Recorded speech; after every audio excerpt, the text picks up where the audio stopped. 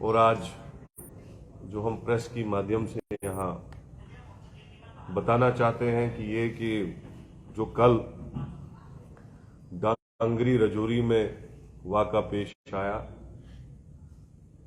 जहां हमारे एक और कांग्रेस पार्टी की तरफ से भी हम उस वाक़े की कड़े लफ्जों में मजम्मत करते हैं,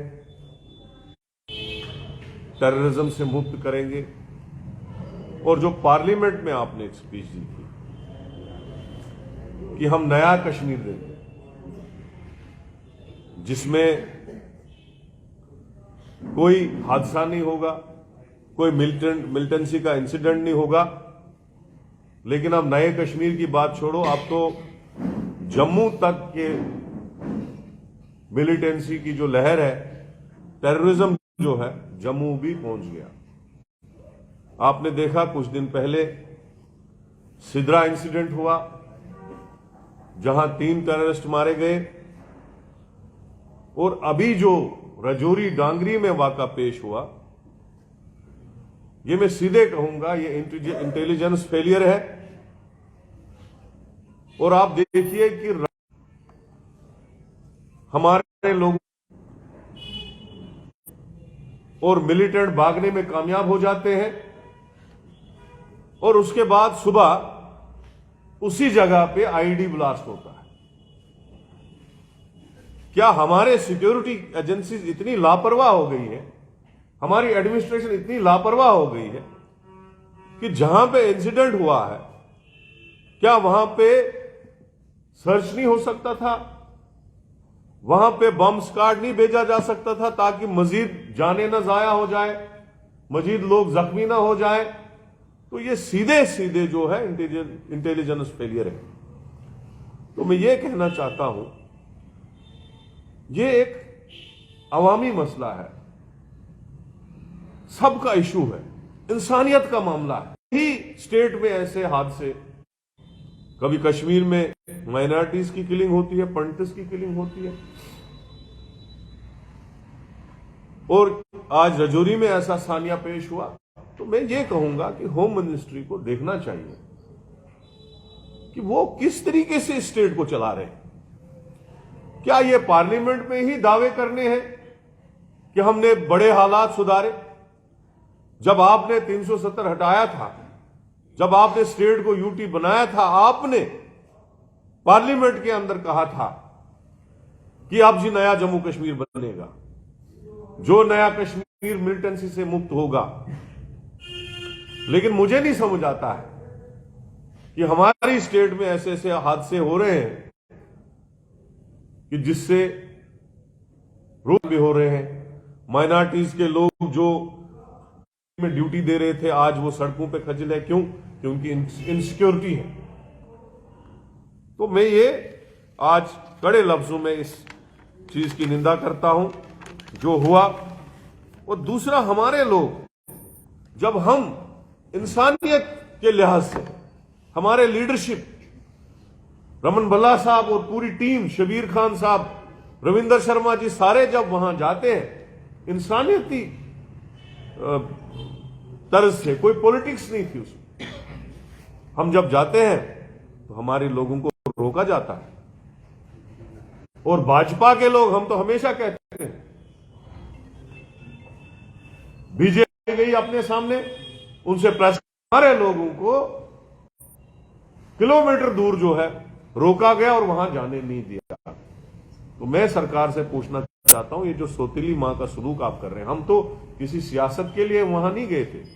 हमारे लोग वहां हमदर्दी के नाते, इंसानियत के नाते, जो जाने जाया हो गई थी, उनके घर पे ताजियत करने के लिए गए थे, वहां कोई सियासत करने नहीं गए थे। इन चीजों पे अगर आप देखेंगे, हमेशा बीजेपी वालों ने सियासत की, कांग्रेस वालों ने कभी इन चीजों पे सियासत की ही नहीं है।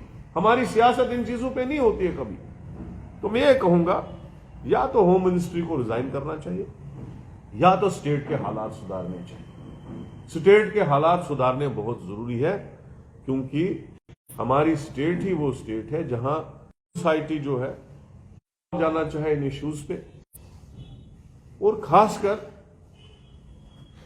गवर्नर साहब को मैं ये कहना चाहूंगा, उनको इमीडिएटली ऑल पार्टीज मीटिंग लेनी चाहिए ताकि सब पार्टी अपना अपना सजेशन दे और एक लाहेअमल जो है इस चीजों के लिए तैयार किया जाए ताकि ऐसे हादसा आइंदा आने वाले वक्त में रोके जाए। शुक्रिया। और कुछ पूछना हो तो थैंक यू। केदार साहब, आप पीएचईडी के आप कहते हैं जब आप पीएचईडी बनाई है आप लोगों ने, आप क्यों नहीं ऐसे सजेशन देते हैं कि भाई चलो हम लाल चौक की मिलिटेंसी खत्म हो जाए? आप पूरी बात तो सुनिए हमारी। मुझे आपकी बात, इनोसेंट किलिंग्स पे प्रोटेस्ट किए हमेशा कर रहे हैं हम, हमेशा उनके खिलाफ प्रोटेस्ट में खड़ा है। जहां तक रहा पीएचईडी का ताल्लुक, Congress is not a part of PHED, ये आपको मैंने 100 बार क्लियर किया है।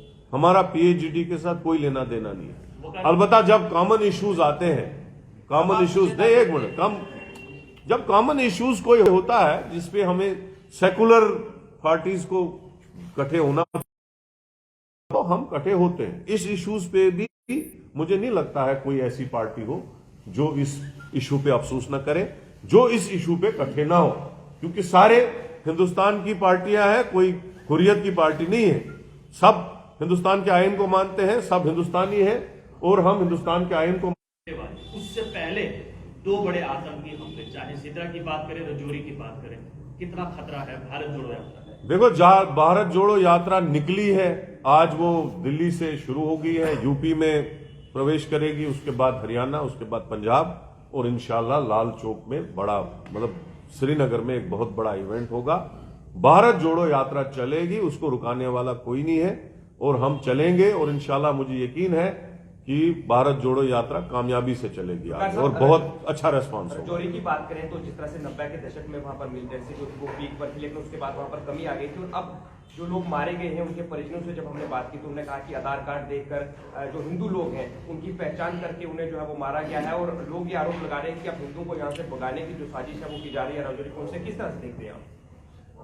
देखिए, टेररिज्म का कोई मजहब नहीं होता है।